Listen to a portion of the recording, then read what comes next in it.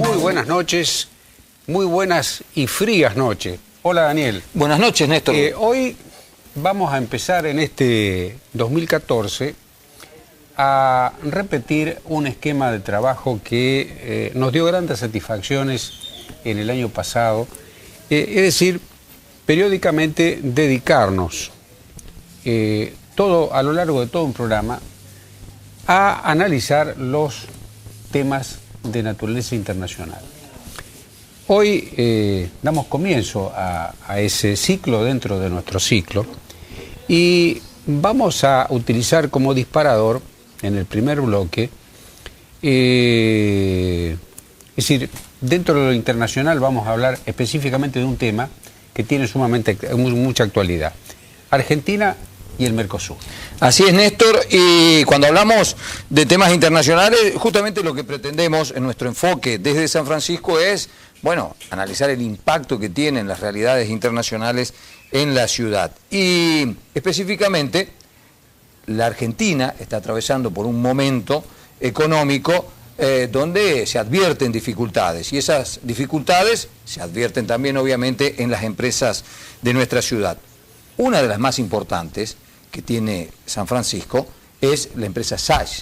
Y vamos a dialogar con uno de los responsables de la conducción de Sach en San Francisco sobre esa actualidad y sobre los motivos que la llevan a estar en una situación que podemos decir de algún grado de compromiso. Bueno, ya nos la va a definir con mayor precisión el licenciado Alejandro Razo, que está con nosotros. Alejandro, muy buenas noches. Buenas noches. Muchas gracias por acompañarnos. Muchas gracias por la invitación. Y poder repasar con vos, que sos una persona con una formación académica, pero también práctica ahí en la trinchera de las empresas, poder analizar en términos generales la situación económica de la Argentina y en términos particulares de Sach, que informábamos en estos días, ingresó en un procedimiento preventivo de crisis. ¿Qué significa esto, Gabriel? Hemos presentado la semana pasada el procedimiento preventivo de crisis porque vamos a necesitar en los próximos meses comenzar con un sistema de suspensiones de personal, y esto está motivado en una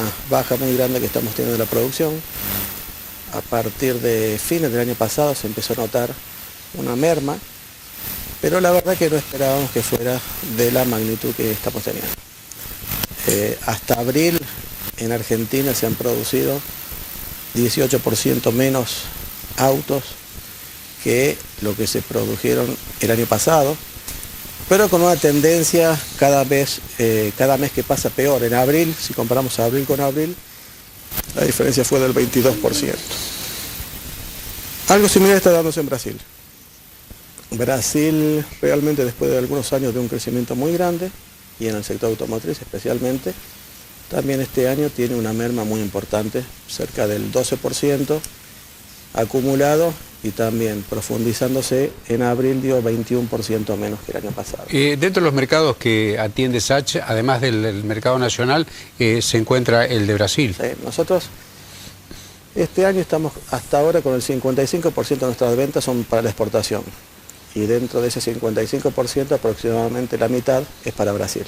O sea que realmente el impacto de Brasil para nosotros es muy grande. Creo que en todo el sector automotriz la relación Argentina-Brasil es muy grande, y entonces el impacto se siente mucho en ambos lados. El tema es el siguiente: esa caída de la producción incluso puede llegar a ser peor en los próximos meses. ¿Por qué? Si bien la reducción en la producción fue del 22%, la reducción en las ventas ha sido en Argentina del 33%, y en el caso de Brasil... Es decir, las terminales automotrices están para stock.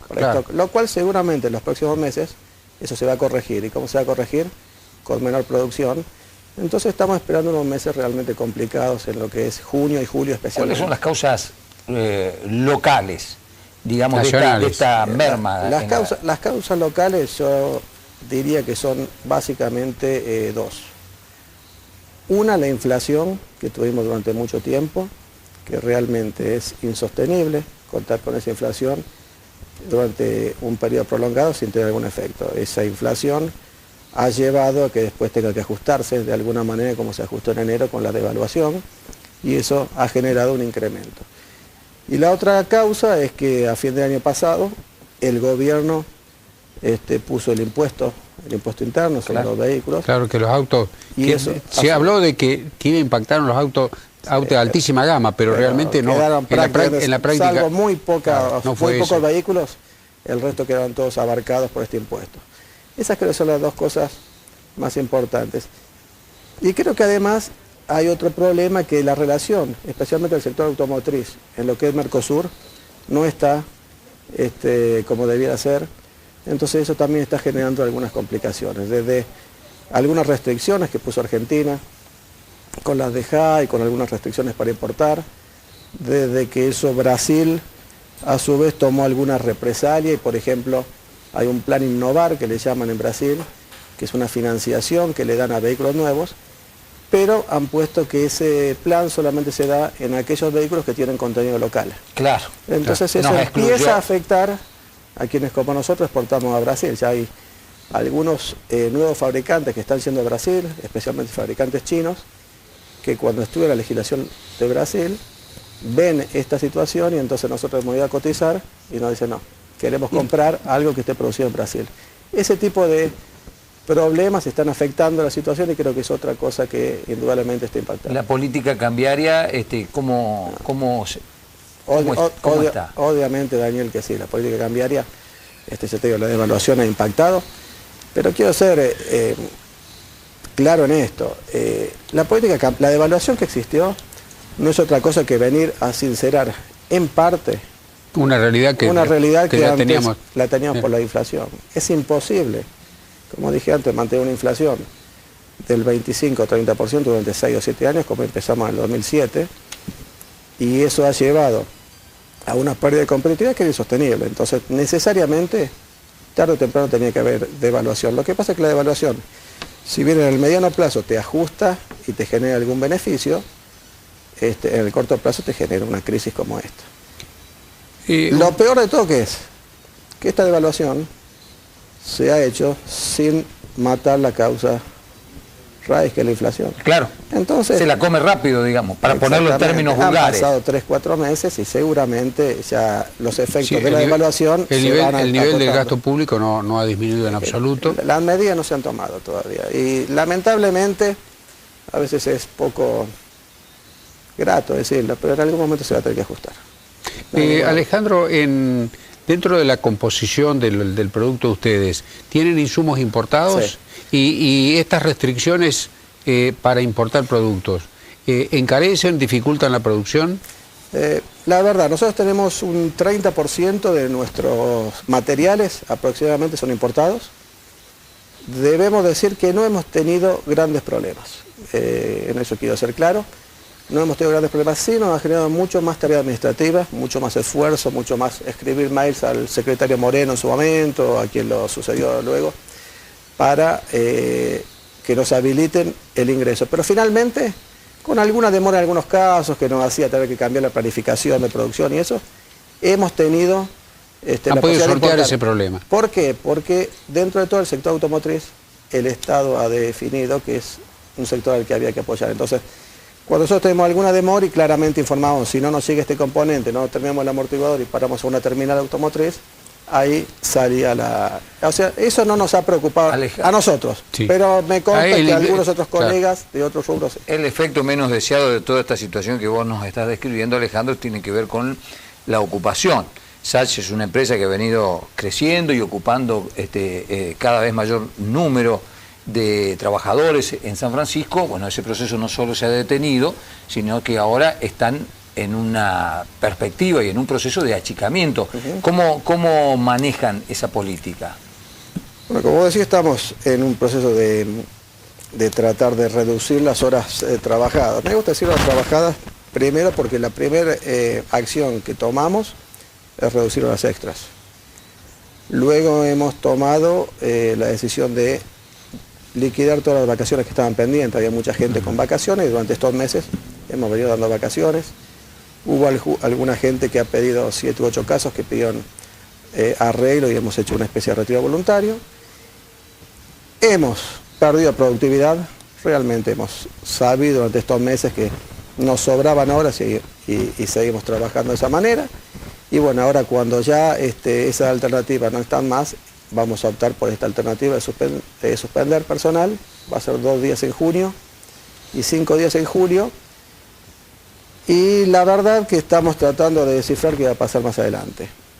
Hasta hace un tiempo yo diría que había incertidumbre.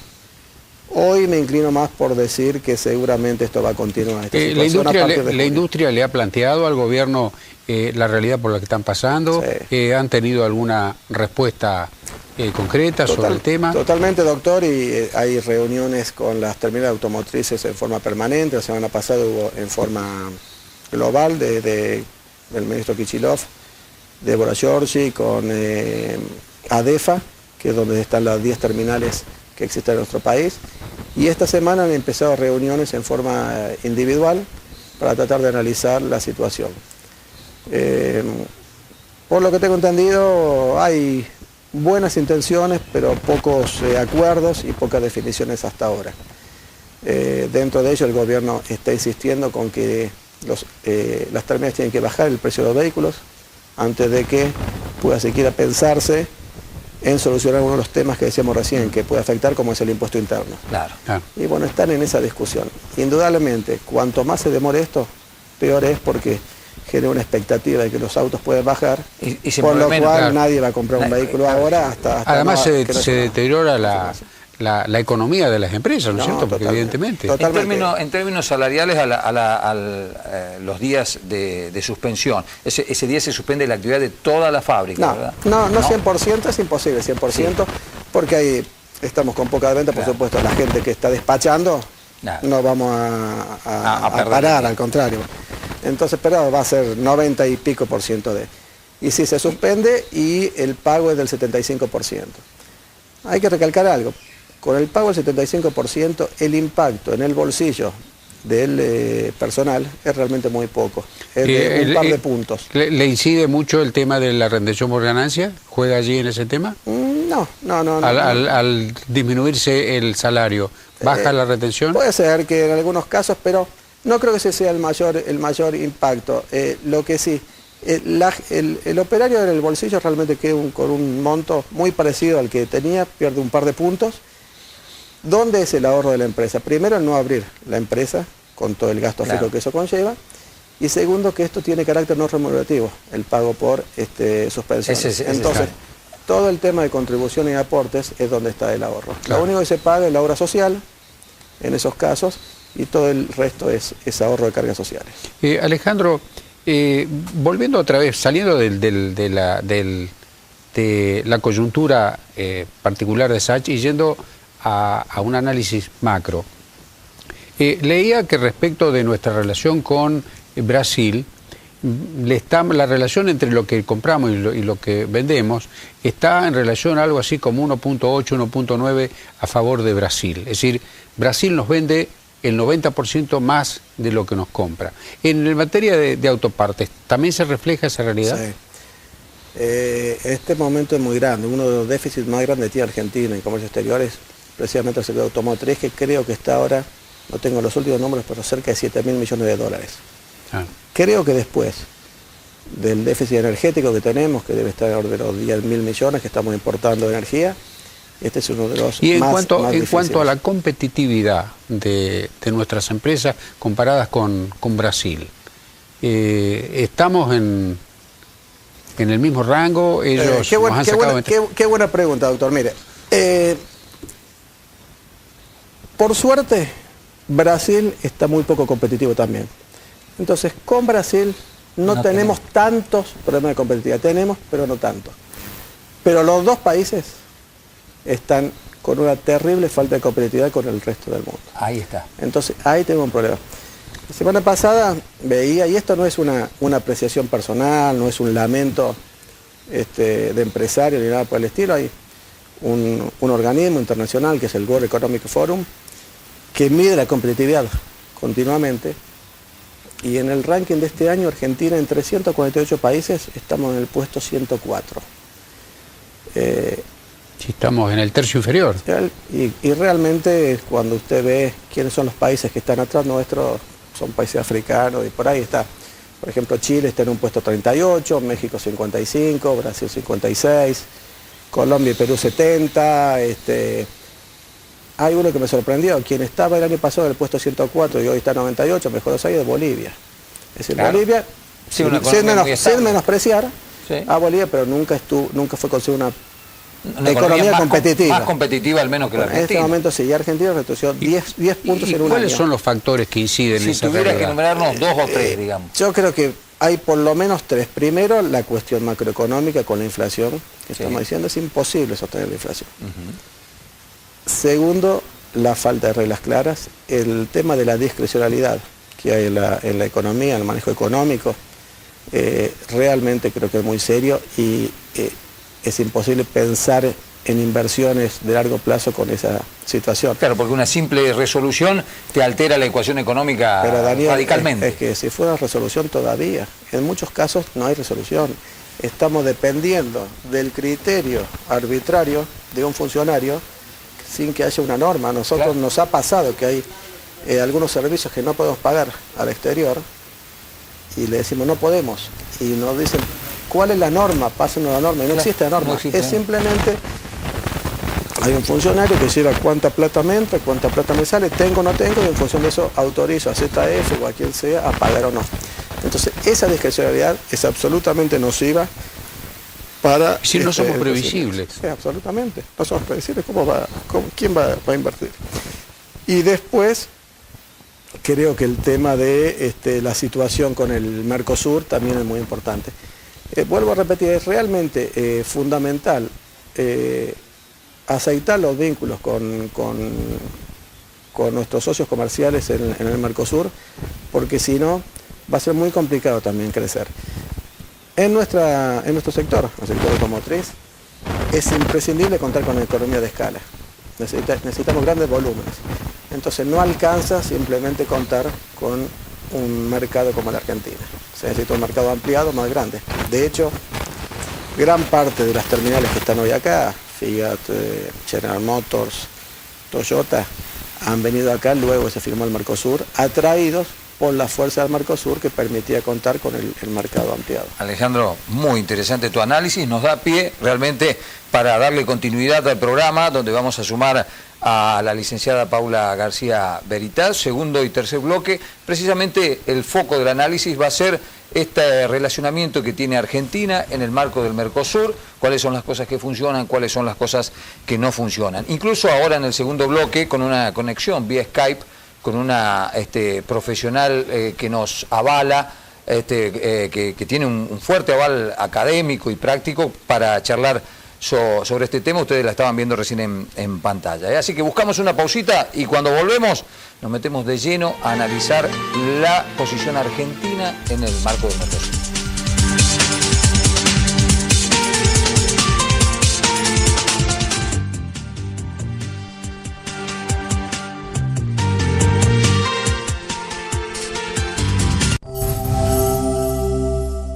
Distribuidora San Francisco, golosinas y anexos. Ventas por mayor y menor. Vení, aprovecha los mejores precios en nuestro local. Colón 251. Precios imbatibles. Ahorrá y aumenta tus ganancias. Distribuidora San Francisco, golosinas y anexos. Colón 251. Si encontraras la fórmula para lograr un equipo de trabajo comprometido, ¿no la aprenderías? Conocer las herramientas para lograr un equipo de alto rendimiento. Programa intensivo, equipos de alto rendimiento. El compromiso sí es posible. En el Centro de Capacitación Rocha y Asociados. Inscripciones abiertas. Comunicate al 426-508 o a info@estudiorochaiasoc.com.ar. Picadoras de forrajes Gonselmash. Óptimo rendimiento y toda la potencia a su servicio. www.gonselmash.com.ar.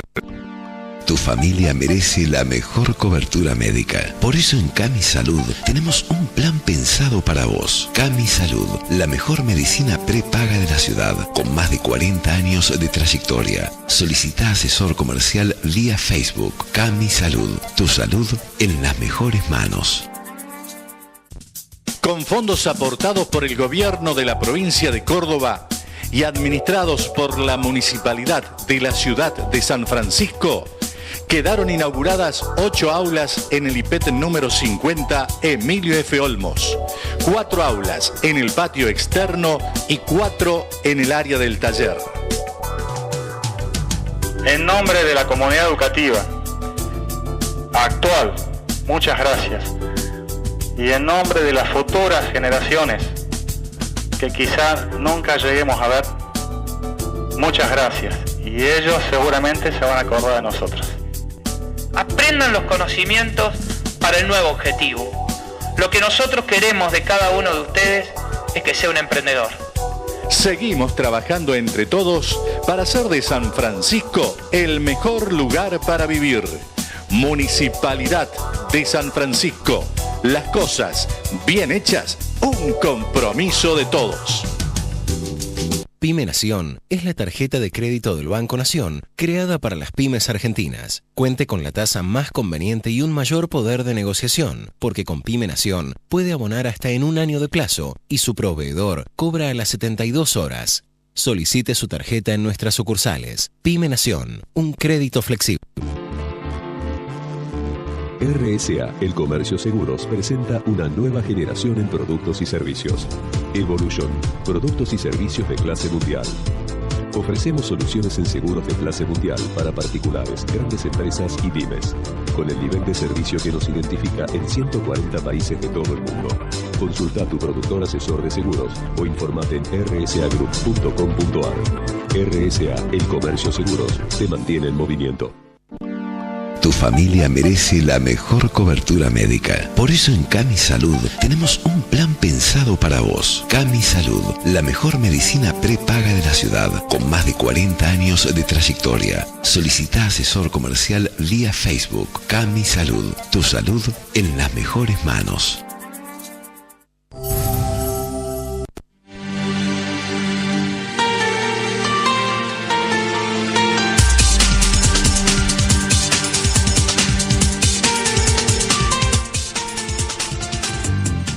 Bueno, Daniel, creo que una excelente decisión fue invitarlo a Alejandro Arbazo a que compartiera el primer bloque con nosotros, porque nos permite ir de lo particular a lo general.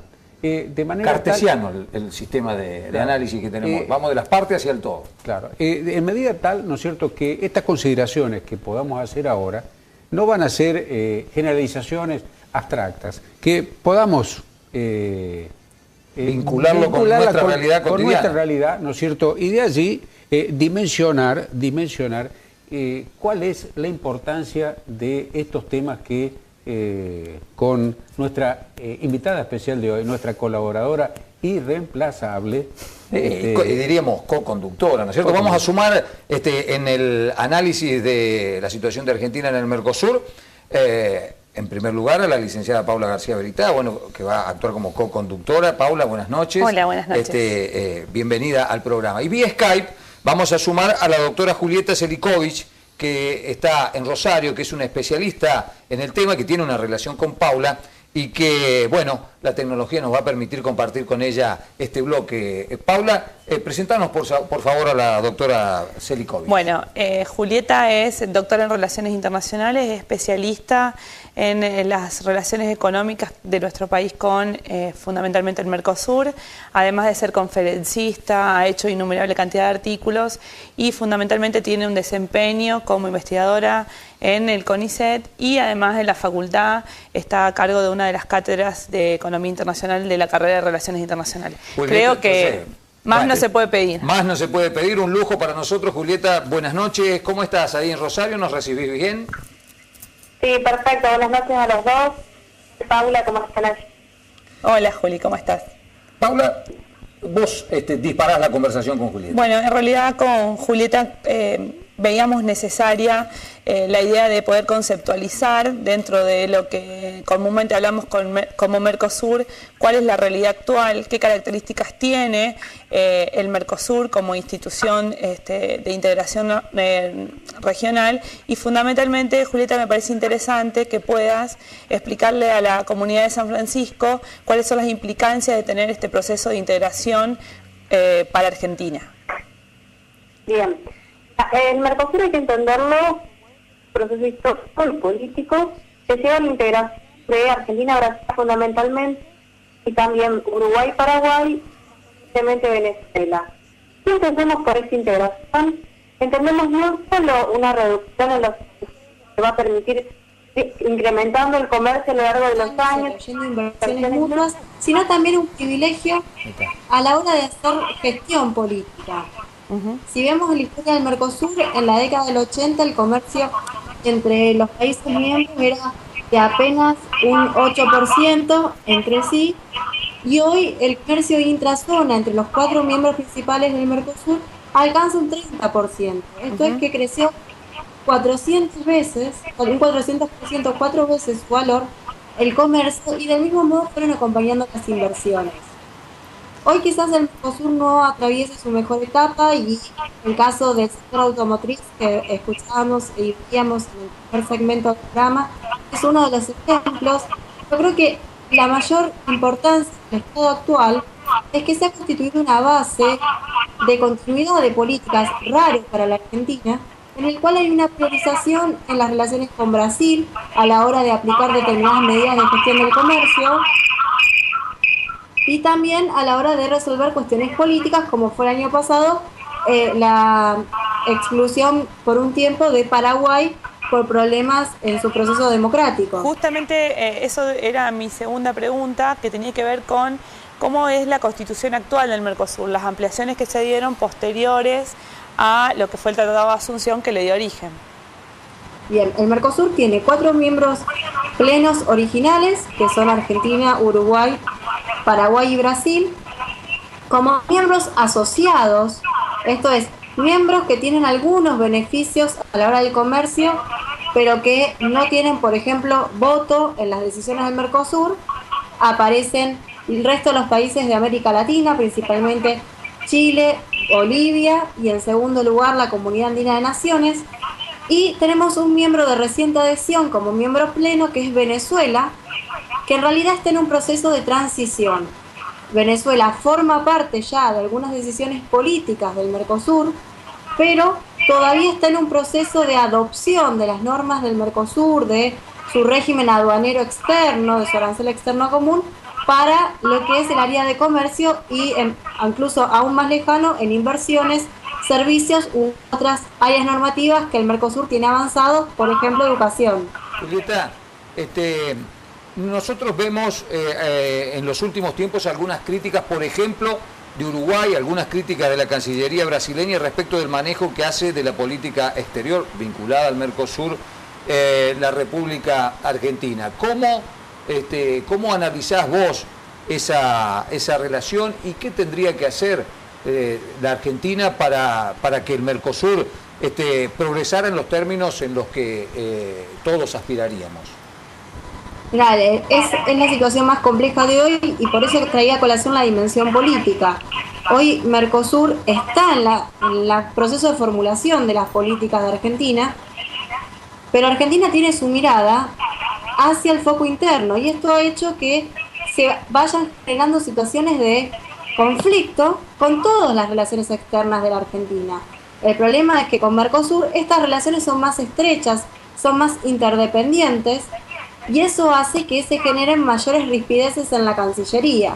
Cuando uno analiza cuáles son las respuestas de la Argentina hacia, por ejemplo, Unión Europea en comparación a Brasil y Uruguay, la Cancillería imprime el doble de esfuerzo en gestionar Mercosur que en gestionar Unión Europea.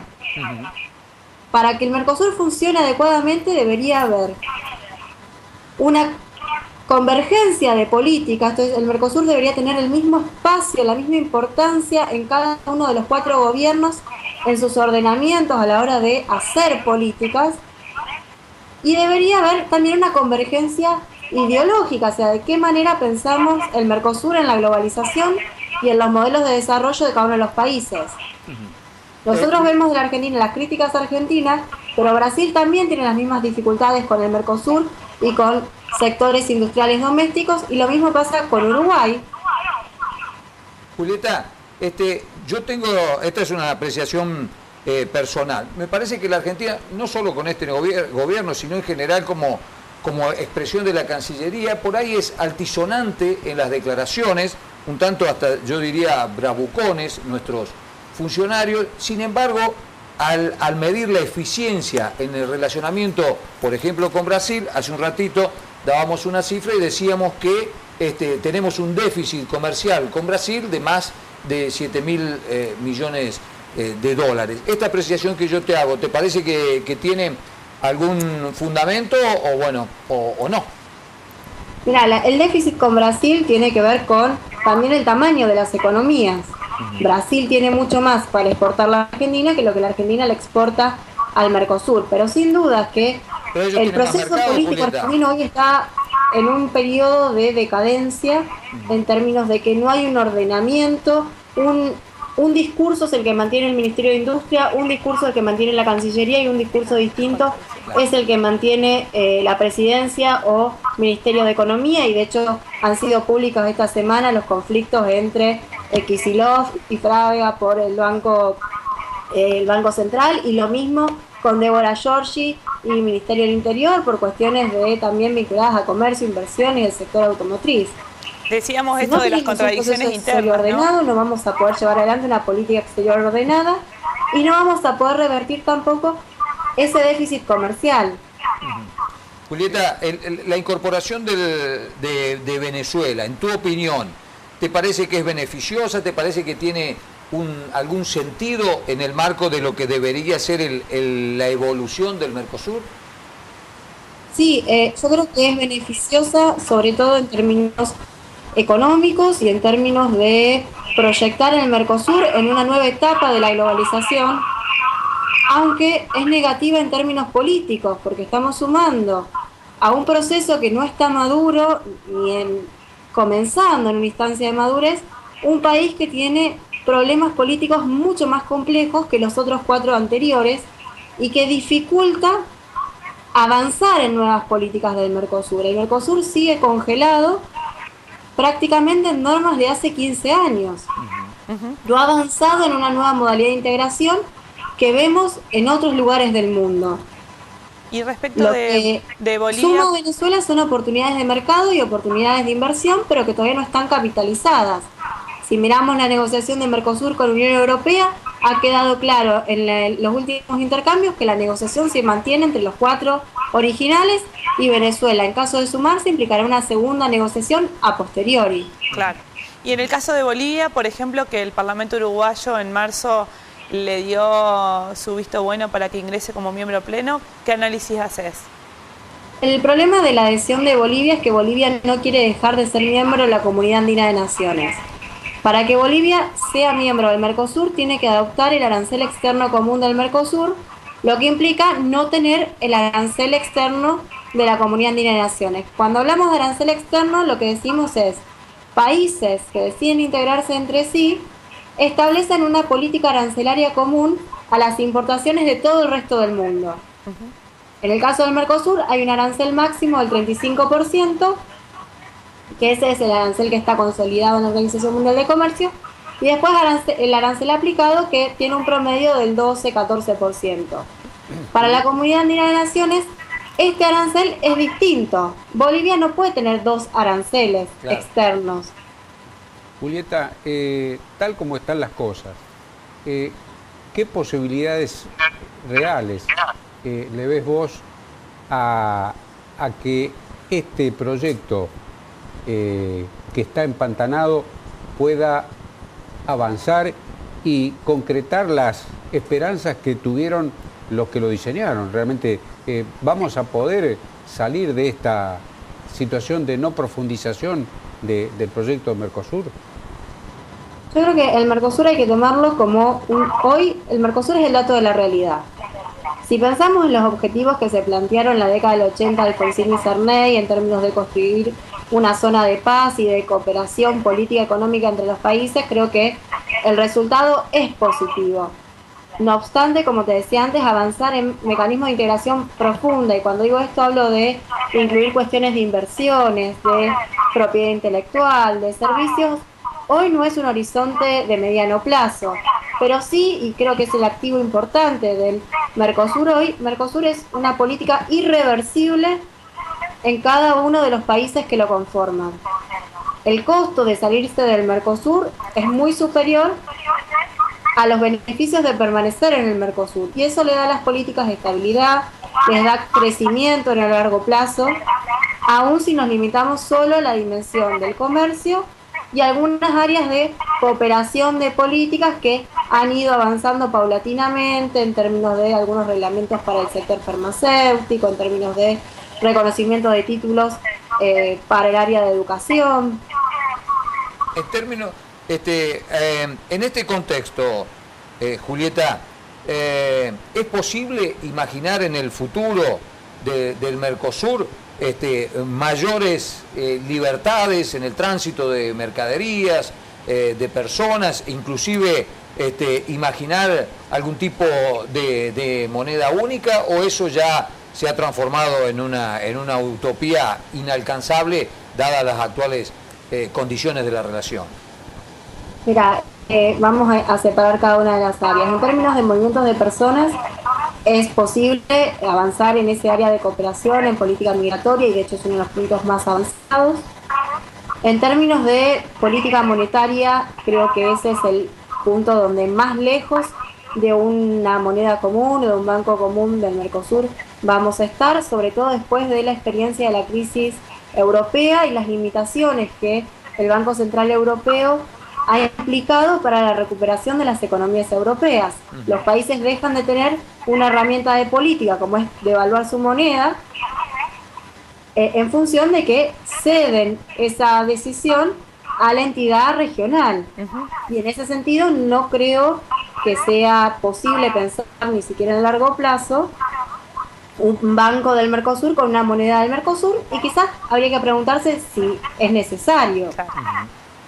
En cuanto al comercio, sí creo que la tendencia mundial es avanzar hacia una mayor liberalización del comercio, ya no tanto en términos de aranceles, sino en términos de políticas de administración del comercio, de gestión del comercio, pero que, claro está, para la Argentina implica superar la etapa del kirchnerismo o del kirchnerismo de los últimos 5 años, con la informalidad de las gestiones del comercio, con la dinámica de las declaraciones anticipadas, que no se sabe cuándo salen y por qué no.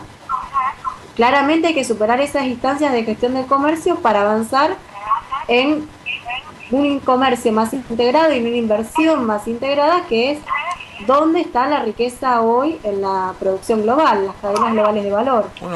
Una de las razones que suelen esbozarse desde la oposición al actual gobierno y desde algunos sectores empresarios para la ausencia de inversiones en la Argentina es la falta de seguridad jurídica. ¿Esta seguridad jurídica es propia de la Argentina o es extensiva también a otros países del Mercosur? El debate acerca de la vinculación entre seguridad jurídica e inversiones es largo, y hay bibliotecas hacia los dos lados, en términos de que en general uno puede interpretar que en realidad la inversión no se va a orientar exclusivamente por la seguridad jurídica, sino por otros elementos del entorno del mercado y de la economía, más allá de esta estabilidad o no, y si no, todos aquellos países que tienen firmados, como tiene Argentina, tratados bilaterales de inversión, tendrían que recibir mayores flujos, y por ejemplo Brasil no tiene este tipo de tratados y recibe 5 veces, 6 veces más inversiones que la Argentina. En el caso del Mercosur, lo que sucede es que la política de incentivos es distinta. Brasil tiene una política de incentivos a la recepción de inversiones que es muy superior a aquella que puede ofrecer Argentina, y no es una política que esté homogeneizada en el Mercosur. Entonces, ante las posibilidades de mercado, de economía, las inversiones multinacionales van mucho más a Brasil que la Argentina. Está clarísimo, Julieta, la verdad que ha sido una charla encantadora, nos has ilustrado sobre distintos aspectos que tienen que ver con el Mercosur. Nosotros nos quedaríamos horas charlando sobre estos temas con vos, pero bueno, estamos en televisión, el bloque se nos ha terminado. Te agradecemos enormemente esta deferencia que has tenido con nosotros, y bueno, hasta cualquier momento, tenemos un contacto común con Paula, que es una compañera nuestra aquí en Radio Canal, así que seguramente estaremos iniciando una relación en términos periodísticos que puede ser fructífera. Gracias. Dale, gracias a ustedes por invitarme. Saludos a los dos. Ahí está, muy bien. Julieta Selikovic, muy, pero muy interesante el planteo y la mirada que tiene sobre el tema del Mercosur. Buscamos nosotros ahora una pausa, Néstor, Paula, y cuando volvemos, bueno, vamos a charlar un poco entre nosotros respecto de cómo vemos este tema, al regreso de la pausa.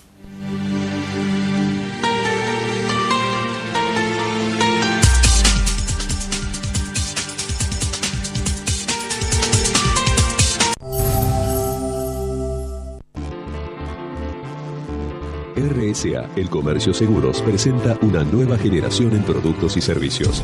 Evolution, productos y servicios de clase mundial. Ofrecemos soluciones en seguros de clase mundial para particulares, grandes empresas y pymes, con el nivel de servicio que nos identifica en 140 países de todo el mundo.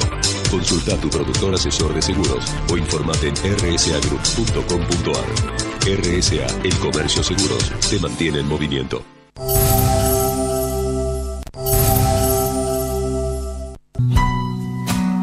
Valentino. Colección Otoño-Invierno 2014. Ya nos conocés, pero esta vez te volvemos a sorprender con una colección única. Valentino. Descuentos especiales con Macro y Nativa. Consulta los planes con tu tarjeta. Valentino. Seguinos en Facebook.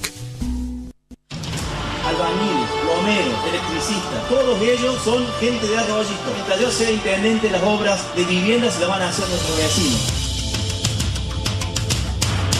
Estamos entregando a ustedes, vecinos de Arroyito, la casa propia. Les pedí a ustedes que me esperaran un tiempo, que les iba a cumplir. Hemos cumplido 24 meses de gobierno y hemos entregado nada más ni nada menos que 70 viviendas. Lo que ustedes ven aquí era absolutamente un baldío. Para los que aún no han sido beneficiados, tengan fe y paciencia por nosotros. Vale la pena la espera. Dimos nuestra palabra y la estamos cumpliendo. Municipalidad de Arroyito, ciudad de vecinos. Decí 33. 33. 33. 33. Mi nombre es Joaquín. Vamos de vuelta. Y nací en Córdoba al igual que toda mi familia. Pero no tengo tonada. Y es por eso que estoy acá. Clínicamente Joaquín no tiene nada. Pero conozco un caso idéntico, donde el paciente se curó yendo al lugar exacto donde fue concebido. Creer o reventar. Entonces nos fuimos para Buenos Aires, donde mis viejos se fueron de luna de miel a buscar mi tonada cordobesa. ¿Estás seguro que la 345? Sí. ¿Hablo en cordobés? No hablo en cordobés. ¿Por qué no hablo como ustedes? Pero parece que no estuvieron en un solo lugar. Qué raro, porque fue este mismo banco. Fueron muchísimos. Acá tampoco fue. Acá pudo haber sido. Y en Platea Baja también. Acá, allá, ¿ves? Ya, papá, pero no. ¿Pero cómo? ¿Dónde? Sí, estábamos solos, la llevé contra la pared.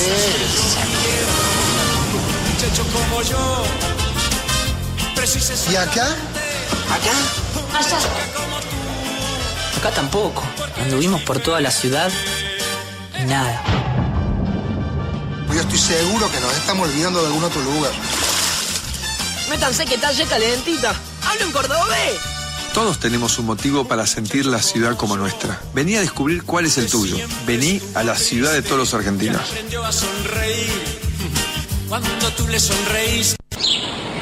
Kevingston. Nueva colección. Kevingston. Kevingston. La misma pasión.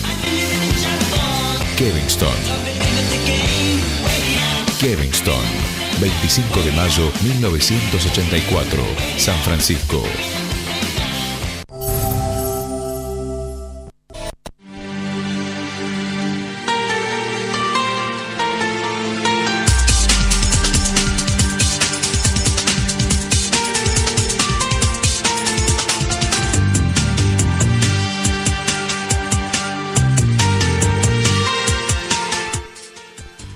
Bueno, Daniel, Paula, tu amiga nos dejó abierta la posibilidad de dialogar durante horas, porque hay una serie de aspectos que ella planteó en su charla, que da para una profundización. A mí, por ejemplo, me quedó la idea respecto de esta incorporación que se decidió, a mi entender, un poco entre gallos y medianoche, aprovechando que Paraguay estaba suspendido como miembro de pleno del Mercosur, esta incorporación de Venezuela.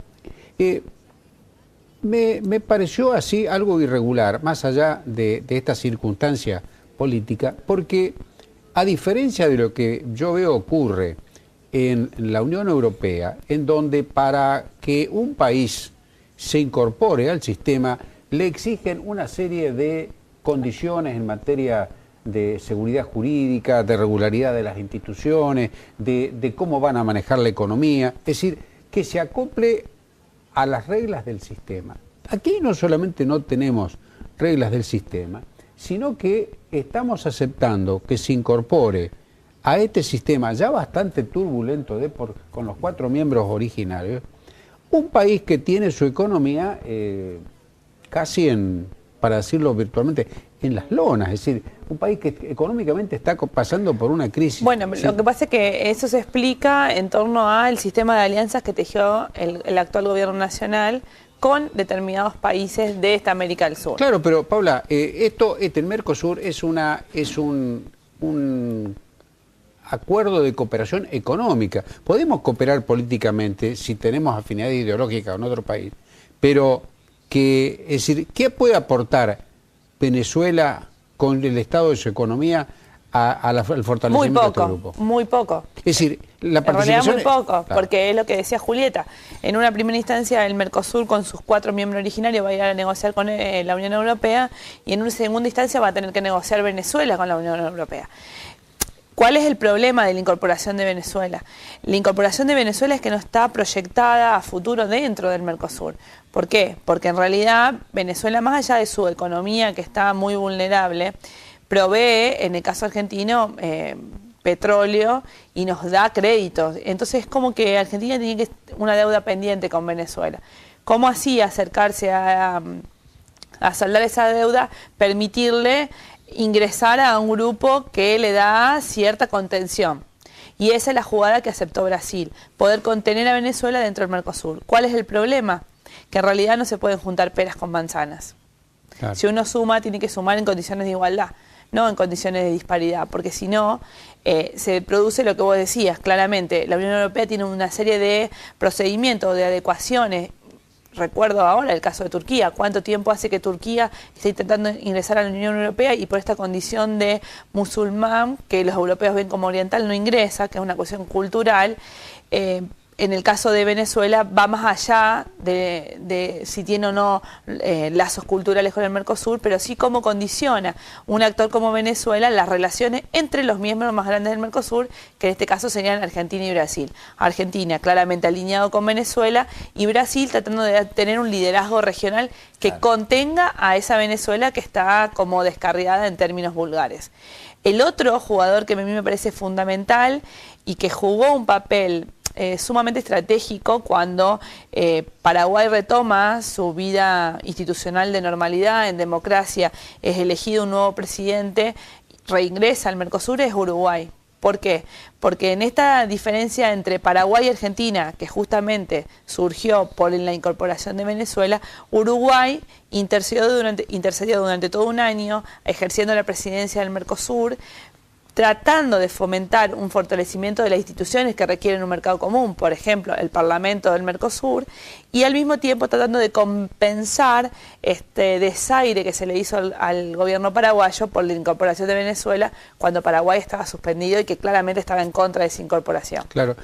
Vos tocas un tema que para mí, Paula, es álgido, es grave, y es no tanto la relación como dentro del Mercosur, sino la relación entre Argentina y Uruguay, que realmente vivimos dándonos de topetazos. Parecemos esos dos carneros que están pujando a ver quién golpea con más fuerza al otro. No veo que en lo que toca a Uruguay tengamos vocación de cooperar en proyectos comunes. Sí, la posición que Argentina tiene con Uruguay realmente es poco estratégica.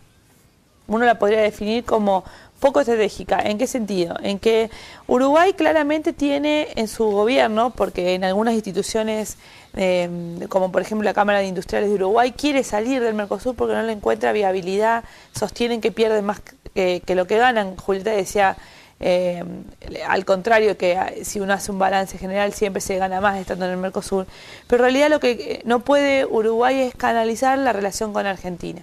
¿Por qué? Porque somos en algún punto parecidos en cuanto al manejo que hacemos de relaciones internacionales muy personales, con criterios. Recuerdo en estos momentos cuando el presidente Mujica trató de vieja a la presidenta argentina, digamos, con poco tacto para decir cosas que de cada una de las orillas del Río de la Plata suenan como cuestiones normales. Y por otro lado, no tener una buena relación con Uruguay, teniendo una frontera común, teniendo un espacio de cultura común, nos condiciona a nosotros también. ¿Por qué? Porque Uruguay es un país que sale a la búsqueda de inversiones y que además es casi una anexión en cuanto a lo cultural, en cuanto al flujo de mercadería, de personas de nuestro país. Entonces, no hay... Sí, claro, hay un criterio político en la Argentina que me parece que es hay una continuidad incluso más allá de quienes hayan gobernado. Nosotros aquí me parece que tendemos a creer que la voluntad política sirve para torcer cualquier realidad. Mientras que Brasil y Uruguay especialmente con el gobierno actual de Pepe Mujica, saben que hay realidades que no se pueden torcer con ninguna voluntad política. Y eso los lleva a mantener un discurso político de un perfil, si se quiere, progresista, socialista, pero saber que se manejan con una realidad dura en la economía y en ese contexto se mueven. Nos lo decía la doctora Selikovic. Brasil tiene una política de incentivo para las inversiones que nosotros no tenemos. Nosotros nos comemos el discurso entero progresista, mientras que ellos pueden mantener un discurso progresista, pero no encuentran contradictorio mantener una relación con el capital. Entonces, esa dificultad que tenemos nosotros de creer que con voluntad política cambiamos todo, hay una cuestión ahí. Es un impedimento para ver la realidad. Hay una cuestión que Julieta no tocó y que a mí me parece sumamente interesante traer a la mesa para que la charlemos entre los tres. La cuestión social en Brasil. No nos olvidemos que hay una incorporación muy grande de gente que estaba en situaciones de pobreza que después del gobierno de Lula ha pasado a una clase media que es la misma que hoy reclama, por ejemplo, contra la organización del Mundial de Fútbol, contra la organización de los Juegos Olímpicos, porque ve innecesario ese gasto. ¿Qué pasa en Uruguay? El gobierno, fundamentalmente la figura del presidente Mujica, con un presidencialismo más moderado que el que nosotros tenemos en Argentina, ha hecho una defensa hasta casi a riesgo de perder el capital político del Mercosur como proceso de integración y de las relaciones con Argentina. Las necesita porque uno de las funciones que él tiene como presidente es tratar de garantizar la paz entre sus vecinos. Pero más allá de eso, realmente Mujica tiene un especial cuidado en cómo encarar la relación con Argentina. Lo que pasa es que a veces su propia verborragia se le va de las manos. Claro, pero Paula, más allá de esas expresiones de su personalidad, porque José Mujica es así, ¿no es cierto? Lo hace acá, lo ha hecho con Obama, en Estados Unidos con Obama, ¿no es cierto? Yo veo que Argentina, que es inconmensurablemente económicamente más grande que Uruguay, nos falta generosidad con los charrúas. ¿Sí? Realmente le estamos buscando la quinta pata al gato, y perdóneme la expresión así chabacana, para joderlos. Es decir, le estamos poniendo trabas en situaciones que a nosotros no nos benefician nada. Es decir, simplemente porque Uruguay desarrolló el proyecto Bosnia, ¿no es cierto? UPCS. Sí, todo esto empieza con las pasteras. Bueno, pero nosotros no entendimos cuál era la necesidad de Uruguay de tener esa pastera, ¿no es cierto? En lugar de focalizar nuestra atención, nuestra defensa en lo que tenía que haber sido, es decir, simplemente en la no contaminación, el control. Fundamental, cosa que no sabemos hacer. Generamos un conflicto con nuestros vecinos. Claro, y lo extendés a toda la relación. Y hemos globalizado este conflicto todo, ¿no es cierto? Y decir, como que siempre vamos a tener presente este recuerdo político de lo mal que nos fue con las pasteras. Entonces hay un recelo especial con Uruguay. Y Uruguay es mucho más habilidoso que nosotros. Pero, Paula, yo entiendo, y corregime que vos, en esto es tu especialidad, las relaciones en los países no es un Boca River. No, decir, no deberían. No debería ser un Boca River. No deberían ser un Boca River. Pero fíjate, de los temas que estamos hablando de todos Boca River, de todos superclásicos. La relación entre Argentina y Venezuela en la adhesión al Mercosur. La relación que mantuvo distante Argentina durante mucho tiempo con un socio estratégico como Chile por el gobierno de Piñera. La relación, y fíjate que hay un solo eje común, la relación con Brasil está sumamente deteriorada. La relación con Uruguay está deteriorada. ¿Qué nos queda? Claro, pero ¿qué nos queda de este regionalismo ampliado? Claro, pero mira, ha sido mucho más inteligente en estos términos el manejo de Evo Morales. Evo supuesto. Ha hecho que nosotros, particularmente yo, y con una carga de prejuicio, lo veíamos como un tipo que decíamos, este lo choca a Brasil en cualquier momento.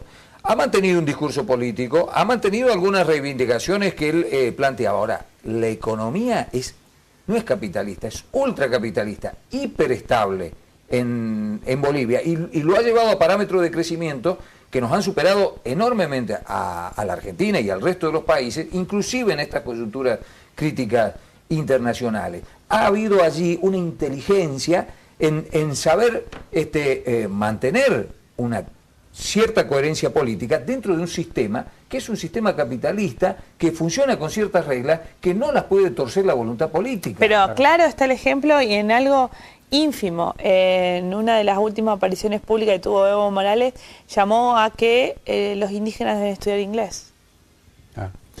¿Por qué? Porque nos conviene. Y no salen a acusarlo como un tipo que está matando. Es como... pero así como, es decir, yo creo que Itamaraty, Brasil, ha tenido respecto de Bolivia alguna actitud mucho más madura, porque es decir, ha entendido cuáles eran las necesidades de Bolivia y las necesidades políticas de Evo Morales, ¿no es cierto? Es decir, en cambio nosotros no entendemos cuáles son las necesidades de nuestros vecinos. Es decir, vuelvo al tema futbolístico, ¿no es cierto? Y si uno analiza o ve la historia del mundo, es decir, en la Segunda Guerra Mundial, la agresión alemana le costó a los rusos 20 millones de vidas. Es decir, en el frente oriental murieron en combates y de hambre o el frío 20 millones de personas. Eso diríamos, bueno, la relación se terminó definitivamente. Bueno, hoy Rusia y Alemania son recíprocamente el mejor socio que tienen uno con otro desde el punto de vista económico. Néstor, es un ejemplo clarito de pragmatismo que nosotros hacemos gala de ausencia. Paula, se nos fue el tiempo, Néstor. Está lindo, está para seguir charlando, pero es 22:02. Vamos agradecidos con Paula, por supuesto. Al contrario. Y la promesa de volver a charlar de estos temas. Destaco la participación de nuestros dos invitados de hoy, cada uno desde su ángulo, creo que aportó a este diálogo que ha quedado trunco. No, y además de entender que todo lo que nos pasa en el mundo también, ¿no? Claro. Y lo que pasa en el mundo impacta aquí, por supuesto, a nosotros en San Francisco, de modo directo. Por ejemplo, en SACH, con un proceso de crisis que hace que, bueno, haya suspensiones, haya despidos, haya retiro voluntario, ¿no? O sea que lo que estamos hablando no es en términos teóricos, sino que tiene... Lo dijo...